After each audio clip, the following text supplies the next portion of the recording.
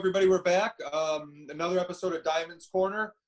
We've got an old school supporter and UFC vet, Joe Lauzon, joining us today. How's it going, Joe? It's good. It's good. Just trying to stay busy. That's what we were talking about before we got on. I know you were saying you're getting kids classes online. You're working on adult classes online. Tell me what's been going on with this quarantine stuff. So obviously with all the quarantine stuff, all the coronavirus stuff, like we can't have classes. You know, we're shut down at least until May 4th, I think, probably longer. So I'm trying to do whatever I can for all of the members of my gym to try and give them, stuff to do. So we talking about doing workout of the day stuff. We've been talking about jiu-jitsu stuff. We've been running some virtual kids classes, and the kids love those. So those have been really, really good. I like it for the kids. I don't like it as much for the adults. But just trying to stay busy.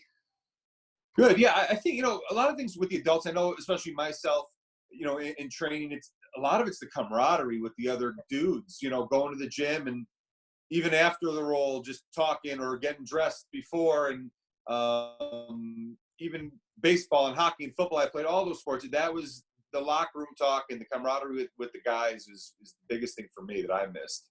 Yeah, it's sometimes like stupid things. Like my wife is the best. But being able to complain about my wife to someone, or someone else complain about their girlfriend or their wife or whoever, or their worker, it's just it's nice to have like kind of an outlet to vent a little bit. So, we've been trying to come up with ways to do that too.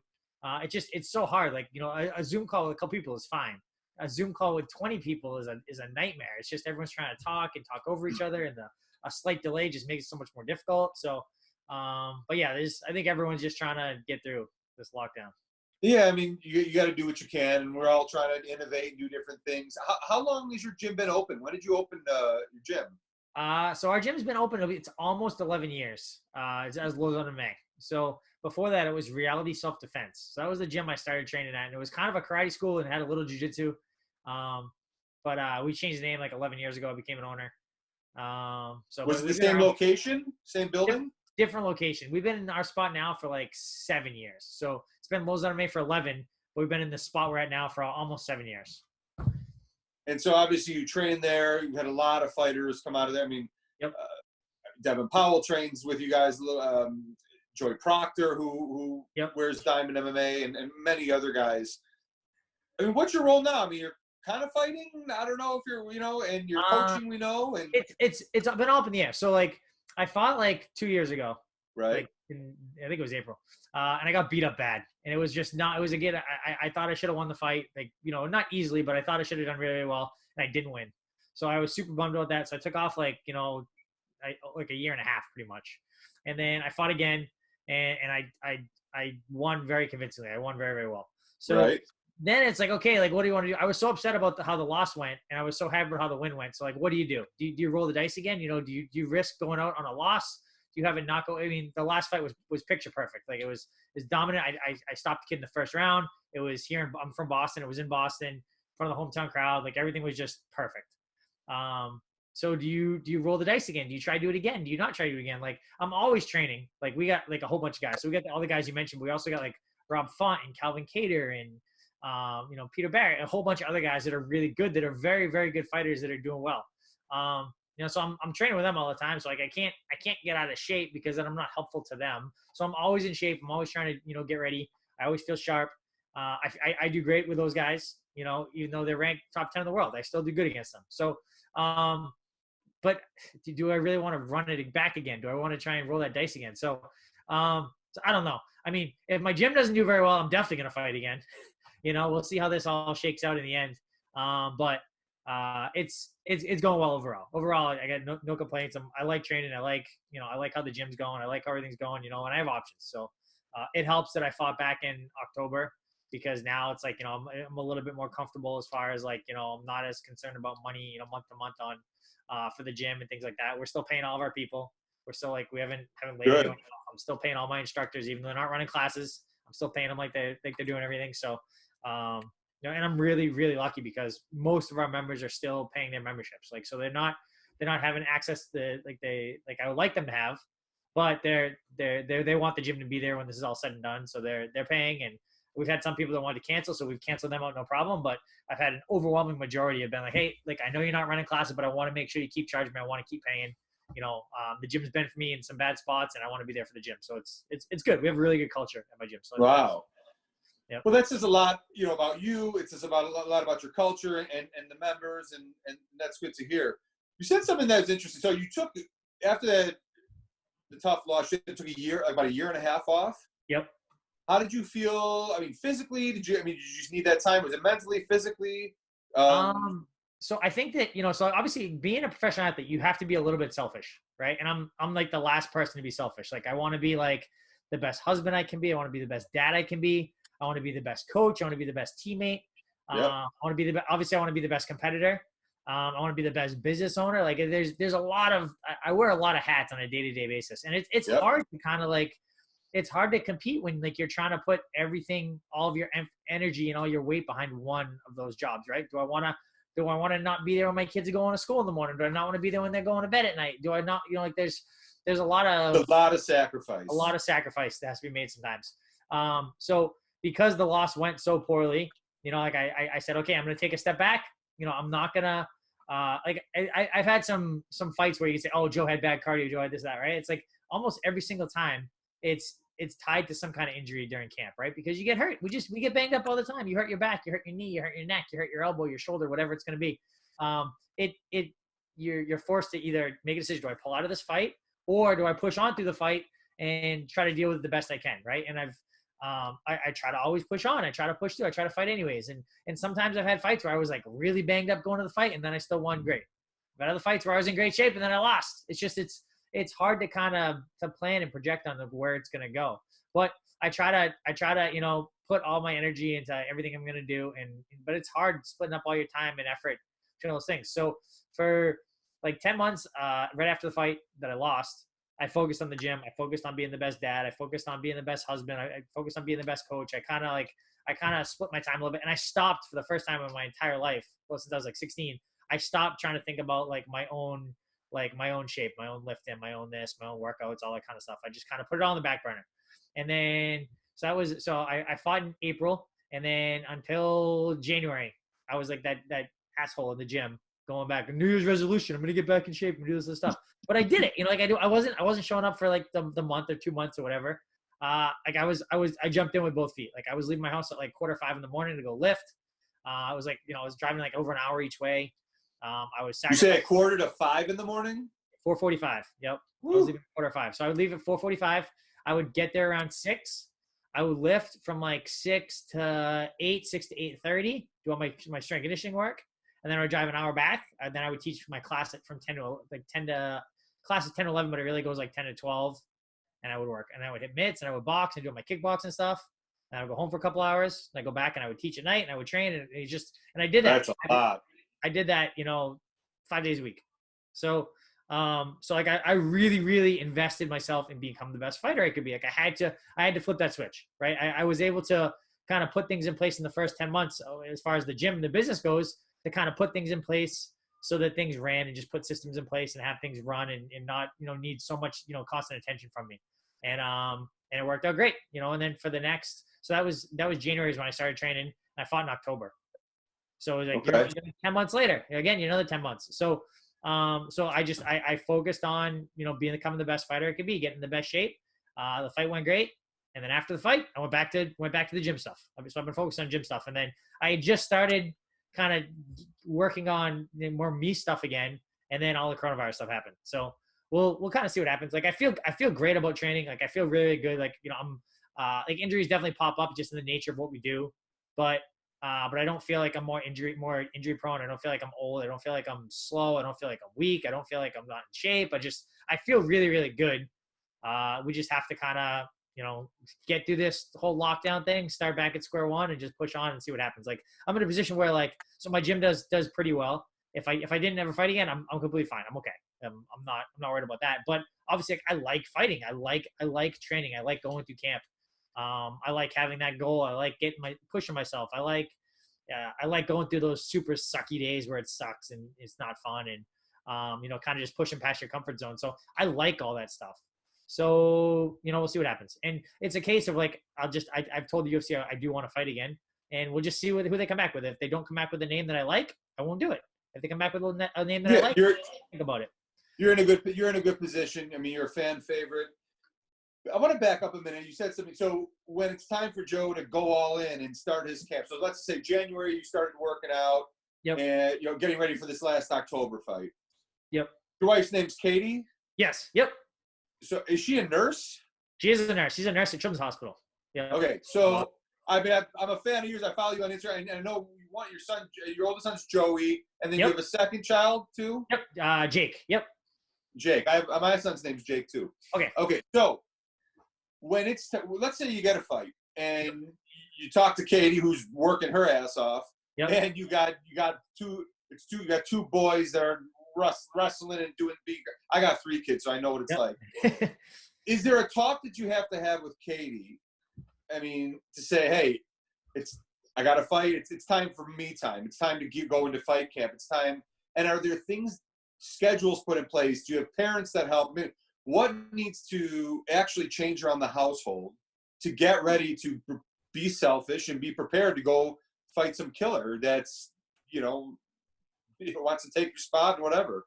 So a lot of things kind of have to fall into place just right. So, but before I would take a fight, I would already have to be doing all the things I'm supposed to be doing, right? So like I tell my guys all the time when they want to fight, I want to fight, I want to do this, I want to do that. I'm like, okay, start training like you're in camp. Start training like you're in camp. Like, oh, well, I'm not going to do it now, but like when we get a name, then I'll do this, this, and this. I'm like, I'll pick it up, right? Like, no, like pick it up now. You're going to get better for it.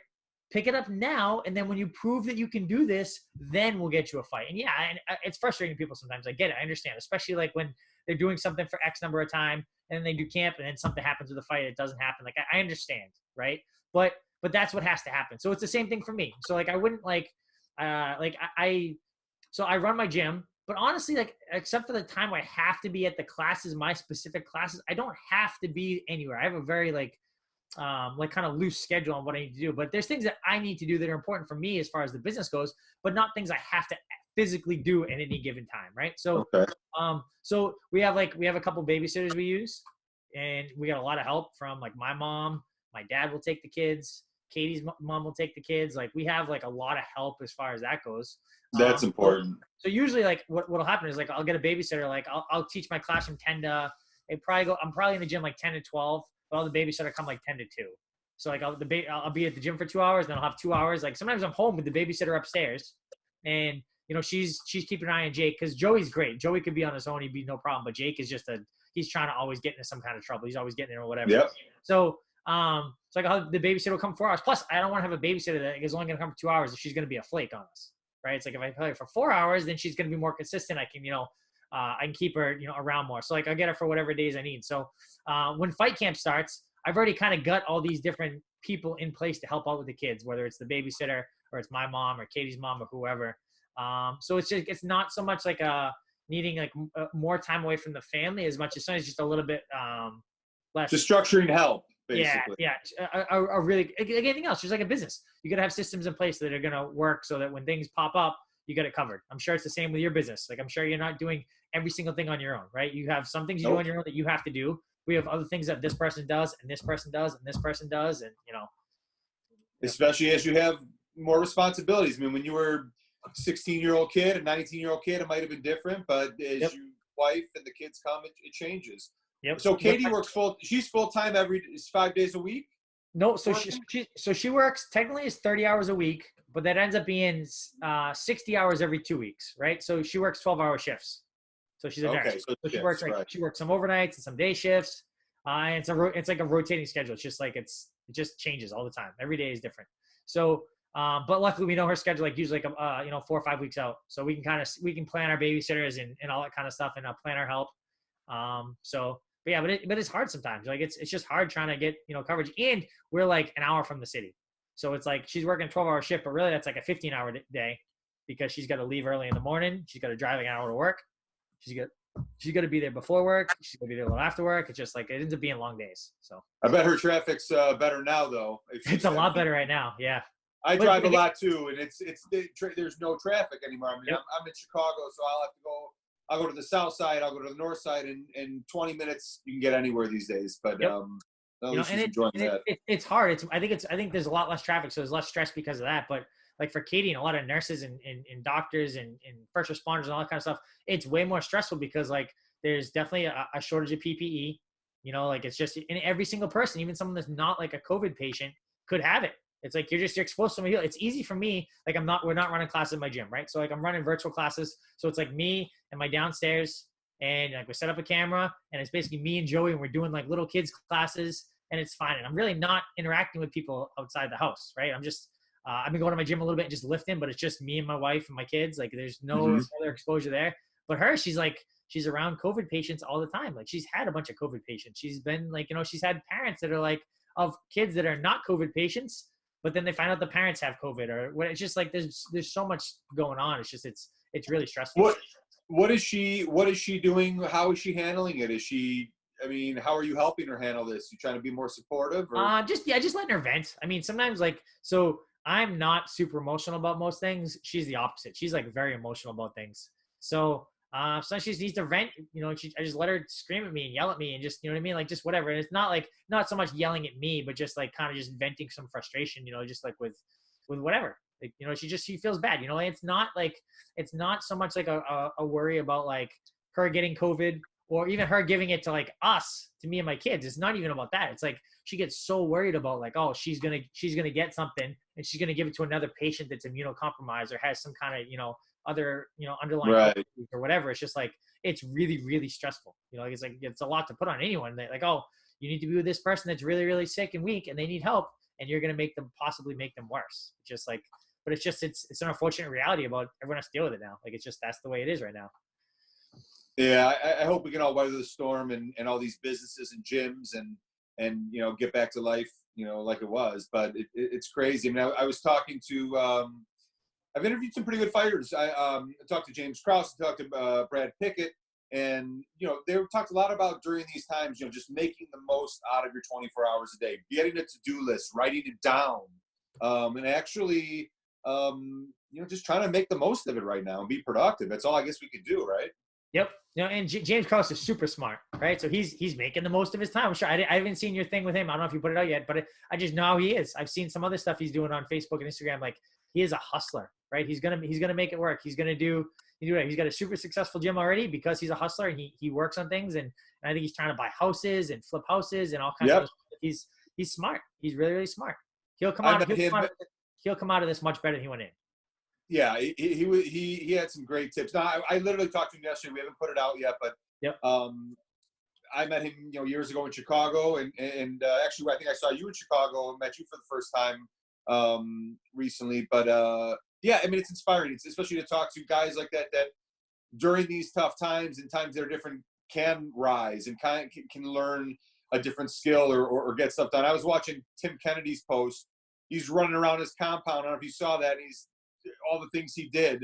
He says, I planted these plants. I cleaned the chicken coop. I cleaned the pool. I went to fix the trampoline. Like, so it's been pretty interesting. There's a lot of things that can be done. Like we're trying to so in my gym, we're effectively shut down. We're not running classes, right? But I want the gym to be like, look completely different. And it's not gonna be completely different, but I want it to be like an overwhelming, like, you know, changes up there. People are gonna say, oh, I'm glad, you know, like there's a lot of things up the gym that like forever I've wanted to do.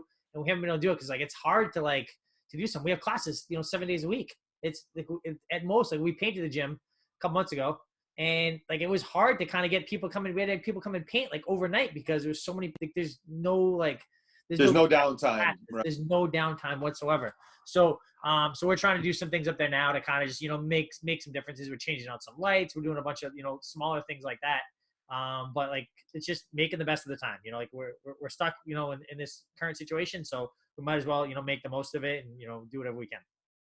So what do you, just to jump topic, so with your gym, your fighters, I mean, some of these guys coming up, Cater, Rob Font, all those guys are proud to say we're in Diamond MMA too. Well, one, I mean, as far as your fighting career goes, you're saying you're fighting with some of these top guys, so you're keeping sharp and you're at that level of competition that's current and fresh, and that's got to be even harder for you to think about stepping away because here you are with these partners that are.